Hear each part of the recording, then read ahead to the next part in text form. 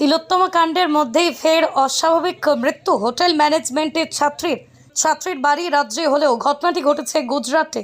চলতি বছরের ফেব্রুয়ারি মাসে সিউড়ির মল্লিকগুন পাড়ার বাসিন্দা পিয়া দাস হোটেল ম্যানেজমেন্টে ট্রেনিং করতে গেছিল গুজরাটে।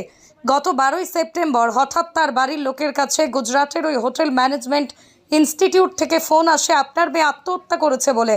বাড়ির লোক সেখানকার লোকাল থানায় যোগাযোগ করে মেয়েটির মৃতদেহ নিয়ে আসেন গতকাল বাড়িতে।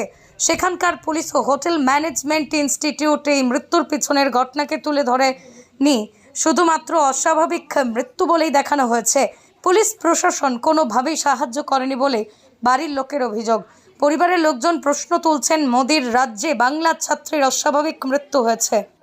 আমার বোন ভালো ছিল, আমার বোনকে এমন করে দিয়েছে, আমার বোনকে বাঁচতে দেয়নি, ফোন কথা বলতে দেয়নি আমার বোনকে।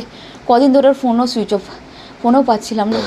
আমার তো মনে হচ্ছে ওরা মেরে ফেলেছে, কারণ ওরা বলতে আমার মনে হচ্ছে হোটেলওয়ালাই হবে, এখানে লোক হবে, আমি বুঝতে পারছি না কারা মেরেছে। কিন্তু আমার বোন সুসাইড করতে পারে না, কারণ আমার বোন আমার কাছে আসতে চেয়েছিল, আমার বোন মরতো না। আমার বোনের জন্য আমার বোন অনেক শপিং করেছে, আমার বোন ব্যাগ ভর্তি শপিং করেছে, বলছে দিদি তোর কাছে আসবো, তোর রাজস্থান থেকে আমি কিছু জিনিস নিয়ে যাবো। আমার বোনের সঙ্গে দুটো মেয়ে থাকতো, দুটোই রুমমেট ওর। তো আমি জানি না রুমমেট কিছু করেছে না এরা কিছু করেছে, আমাকে কিছু বলছে না, আমি কিছু বুঝতে পারছি না, কারণ আমি অনেকটাই দূরে থাকি স্যার, ওদের কাছে আমরা থাকি না।